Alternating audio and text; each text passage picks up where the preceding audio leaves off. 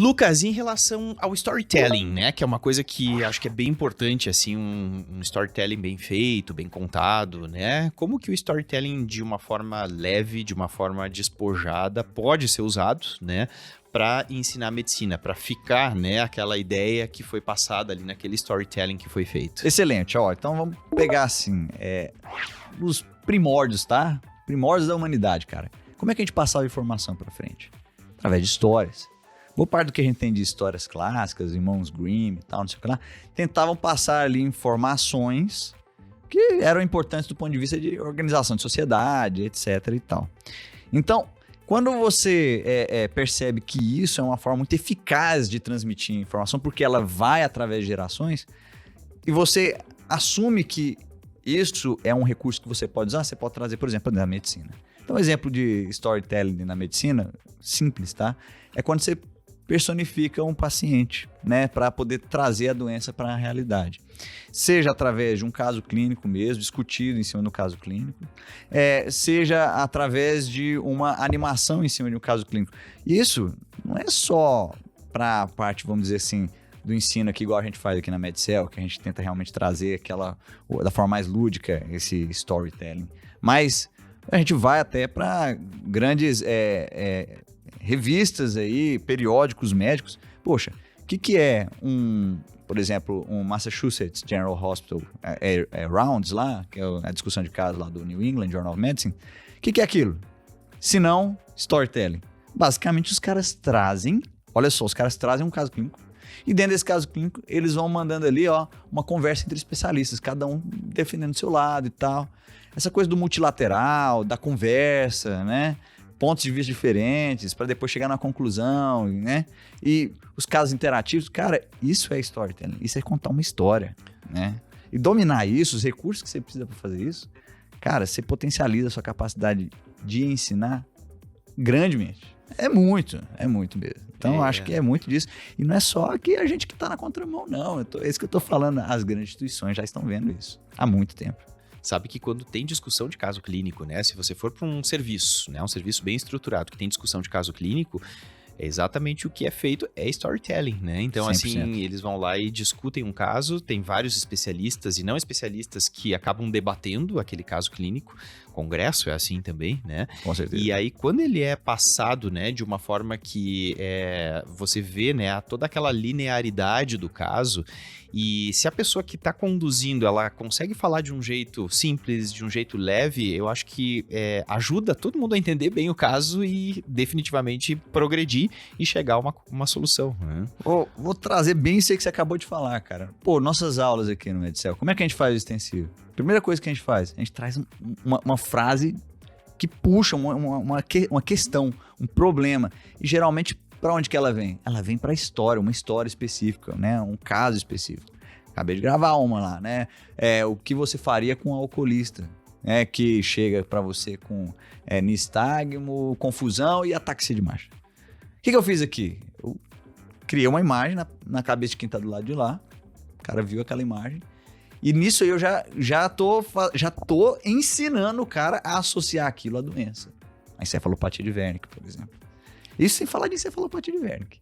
Então, poxa, cara, isso aí é incrível. É isso aí. A aula de eclâmpsia, eu começo também assim, com uma cena no shopping de uma gestante convulsionando. Tipo, você tá ali, tá passeando no shopping, né, com a sua namorada, seu namorado, e aí, pum, cai uma gestante no chão ali e começa a convulsionar. Cara, E aí, você da área da saúde, você tem que manejar, né? Então, assim, como é que você vai conduzir aquela situação, aquele cenário? Então, a gente já começa criando o problema, né, já traz a pessoa, né, pra, puxa, isso pode acontecer comigo, né?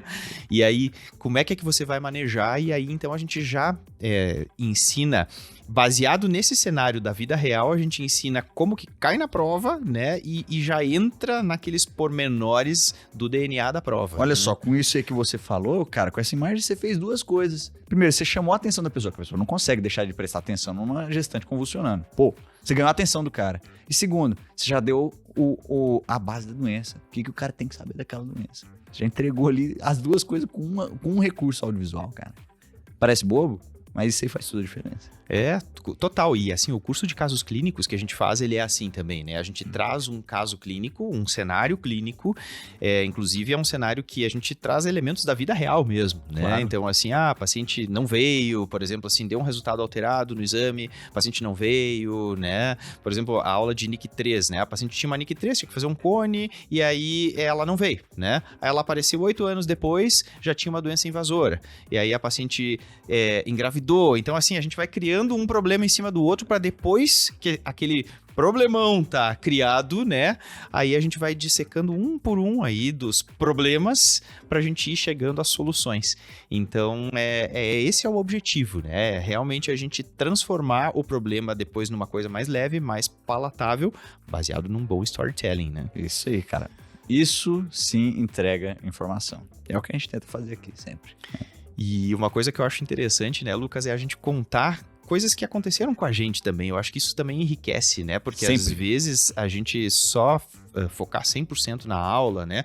Às vezes, né, eu sempre digo, tem gente que, não, eu só quero, né, essa parte técnica, mas a gente ir costurando a aula com cenários mais leves que aconteceram com a gente, contando coisas que aconteceram, né, de casos clínicos reais ou até de experiências de vida mesmo, isso também faz parte de um bom storytelling, né?